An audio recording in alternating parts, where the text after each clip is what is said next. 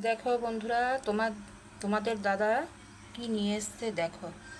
আজকে বাজার থেকে এই যে গলদা চিংড়ির মাথা নিয়ে এসছে।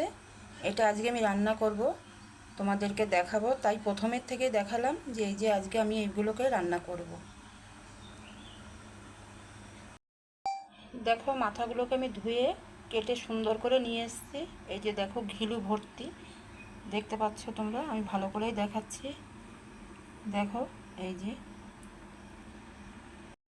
দেখো আমার তেল গরম হয়ে গেছে। এই যে পেস্ট করাটা দিয়ে দিলাম। দেখো জিরে আদা শুকনো লঙ্কা একসাথে পেস্ট করে এই যে আমি দিয়ে দিলাম। কারণ আমি গলদা মাথাটাকে আমি ভাজবো না, এর সাথে একসাথে আমি কষিয়ে নেব। দেখো আমি স্বাদ মতন এবার নুন দিয়ে দিলাম। এবার আমি এটাকে ভালো করে কষিয়ে নিলাম। আমি এটা আস্তে আস্তে করে দেখাচ্ছি যাতে তোমাদের দেখতে সুবিধা হয়, করতেও সুবিধা হয়। এই যে আমি এখন দিয়ে দিলাম, এই যে আমি ধুয়ে ভালো করে রেখে দিয়েছিলাম। এই যে দেখো কষাচ্ছি আমি এখন। দেখতে থাকো বন্ধুরা, আমার সাথে থাকো তোমরা। দেখো আমার কষানো হয়ে গেছে, দেখতে পাচ্ছ।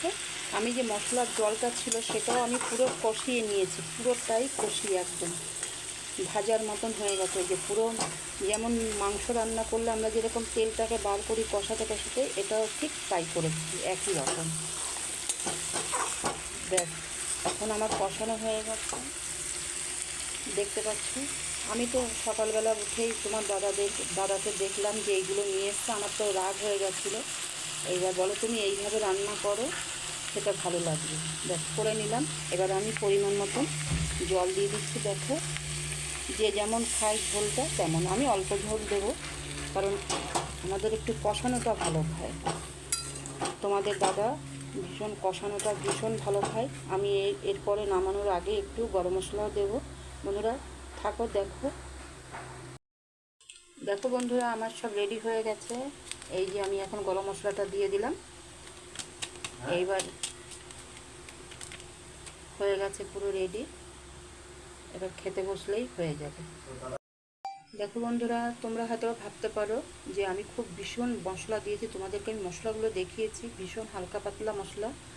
কারণ এখন এই গরমে আমরা বেশি মশলাটা খাওয়া আমাদের কারোরই উচিত না। তার জন্য বন্ধুরা তোমরা দেখো, ভালো লাগলে আমাকে লাইক কমেন্ট শেয়ার সাবস্ক্রাইব সবকটাই করবে।